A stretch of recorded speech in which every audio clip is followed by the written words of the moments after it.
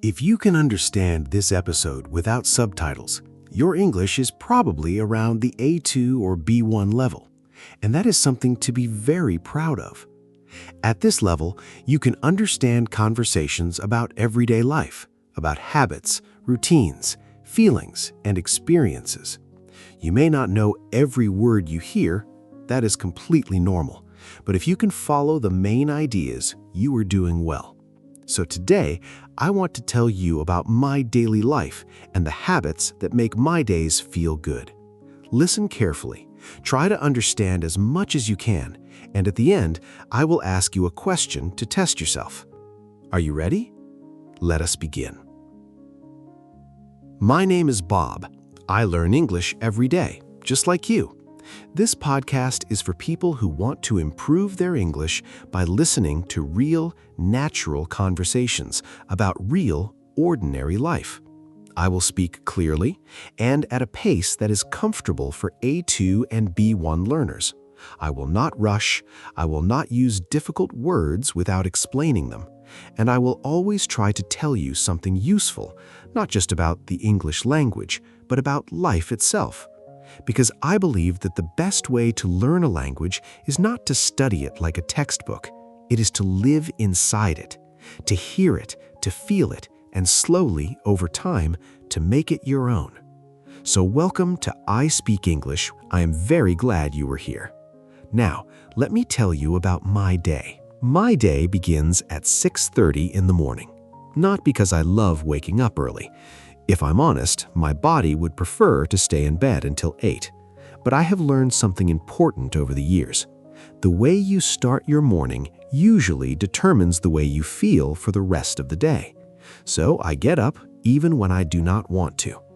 The first thing I do is open the curtains. I let the light in before I do anything else.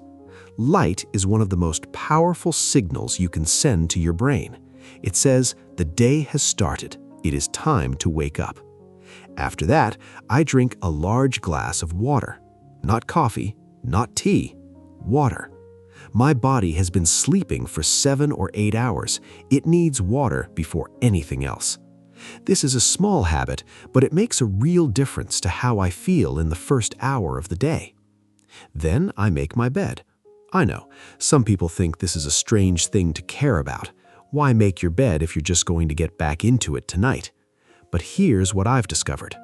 Making your bed in the morning is a small act of order.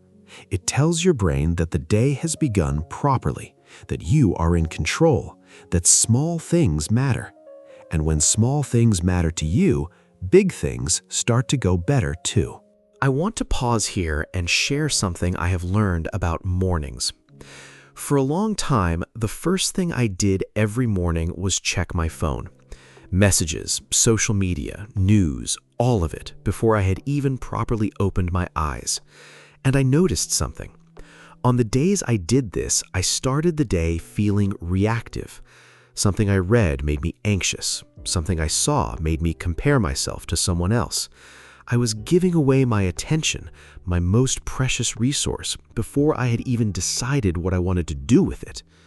Now, I do not check my phone for the first 30 minutes of the day. Those 30 minutes belong entirely to me. I use them to wake up slowly, to think about what I want from the day, and to be with myself before the world asks anything of me.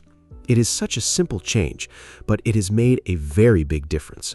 Your morning is yours. Protect it. At around 7 o'clock, I make breakfast. I'm not someone who skips breakfast. I have tried it. It does not work for me. By 10 o'clock, I'm distracted, tired, and making bad decisions, so I always eat something in the morning. Most days, I have something simple: eggs and toast, or porridge with fruit, or yogurt with some nuts and honey. I try not to eat something very sweet first thing in the morning. Sugar gives you energy quickly, but it takes it away just as quickly. I prefer something that keeps me feeling full and focused for longer. While I eat, I usually listen to something. A podcast in English, an audiobook, or sometimes just music that makes me feel calm and ready. I do not watch videos on my phone during breakfast. I want to eat slowly. and actually taste my food, rather than swallowing it quickly while staring at a screen. After breakfast, I get dressed. I choose my clothes the night before whenever I can. This saves time in the morning and removes one small decision from a day that already has many decisions in it. I leave the house at around 7:45. My journey to work takes about 20 minutes. I walk part of the way. Walking is one of my favorite parts of the day, and I'll tell you more about why a little later. When I arrive at work, I do not immediately start answering messages. I spend the first 10 minutes planning. I look at what I need to do today. I decide which things are the most important, and I start with those. Not the easiest ones, not the most enjoyable ones, but the ones that matter most. This is something I had to learn the hard way. For years, I spent the first hour of my working day answering emails and replying to messages, feeling very busy and very productive. But at the end of the day, I often had not finished the things that actually mattered. I was busy with small things and avoiding the big ones. Now I start with the most important task, even if it's difficult, even if I don't feel like it. Because I have learned that the feeling of doing something difficult and finishing it is one of the best feelings in the working day. Around midday, I have lunch. Sometimes I eat with colleagues. We talk about things that have nothing to do with work. Films, travel, funny things that happened, plans for the weekend. I think this is important. Work is a part of life, but it is not all of life. And a good conversation over lunch reminds you of that. Other days, I eat alone, outside if the weather is good, and I use that time to think or to simply rest my mind for 30 minutes. Both are good. The important thing is to actually stop working during lunch, even if only for a short time. Here is something I want to tell you about work and about life in general. Difficult days are not a sign that something has gone wrong. They are a sign that you are doing something that requires real effort. Every job, every project, every goal worth having will include days when things are hard, slow, frustrating, or unclear. The mistake is to think that these days are not supposed to happen. They are absolutely supposed to happen. The real skill, and it is a skill you can develop, is learning to keep going on the difficult days without losing your sense of why you are doing something in the first place. When I have a hard day at work, I try to remind myself of one thing. Progress is not always visible. Sometimes you are growing in ways you cannot yet see, and that is enough reason to continue. After work, I have a choice. I can go home and spend the evening doing nothing in particular, or I can use a part of the evening for something that makes me feel better about myself and my life. Most evenings, I choose the second option, not because I am a very disciplined person, I'm not, but because I have noticed that the evenings when I do something, even something small, I go to bed feeling better than the evenings when I do nothing. 3 times a week, I go for a walk. Not to the gym, not to exercise in any intense way, just a walk, 30 or 40 minutes, outside, without headphones, paying attention to the world around me. I have told you before why I love walking without headphones. It gives my mind space to breathe. It lets ideas arrive without being invited. And it connects me to the place I live in a way that moving quickly and staring at a screen never does. On other evenings, I read. I try to read for at least 30 minutes every day. Not to finish books quickly, not to impress anyone, but because reading, when you do it slowly and with real attention, is one of the most reliable ways I have found to feel calmer, smarter, and more connected to the world.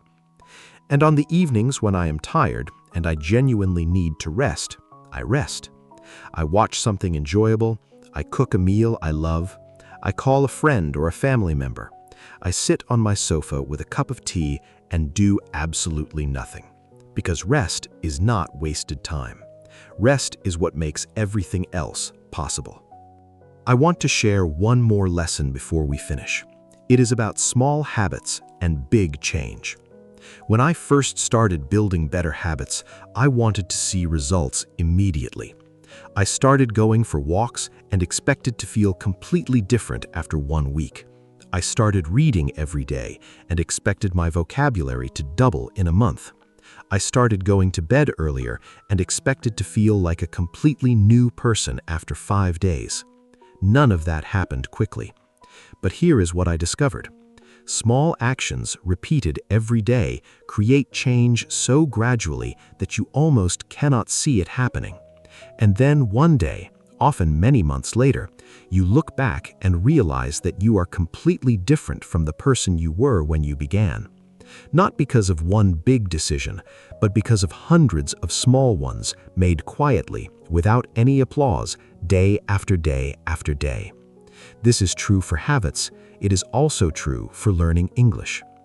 Every episode you listen to, every word you learn, every conversation you have in English, even the imperfect, nervous, mistake-filled ones, is a small action that is building something. You may not see it yet, but it is there. Keep going. At around 10 o'clock in the evening, I start preparing for bed. I turn the lights down. I put my phone in another room. I read for a few minutes, something calm, nothing that will make my brain start working too hard. And before I close my eyes, I ask myself 3 simple questions. What went well today? What could I have done better? And what am I looking forward to tomorrow? I do not ask these to judge myself. I ask them because they help me end the day with intention rather than just letting it disappear. And that's my day. Simple, ordinary, not exciting in any dramatic way, but mine, built slowly, over years, from small habits and deliberate choices, into something that feels, most of the time, like a life I am genuinely glad to be living. Now let me ask you the question I promised at the beginning. How much of this episode did you understand? Did you follow most of it? Did you understand the main ideas even if you missed some words? If you understood 70% or more, your English is at least A2 level. If you understood 80% or more, you're probably at B1. And if you understood almost everything, you're well on your way to B2. Wherever you are, I want you to know something. The fact that you listened to the end, that you kept going even when it was difficult, that's the most important thing. Not the percentage, not the level, the fact that you stayed. Keep listening, keep reading, keep practicing. And I'll see you in the next episode of I Speak English. Thank you for being here.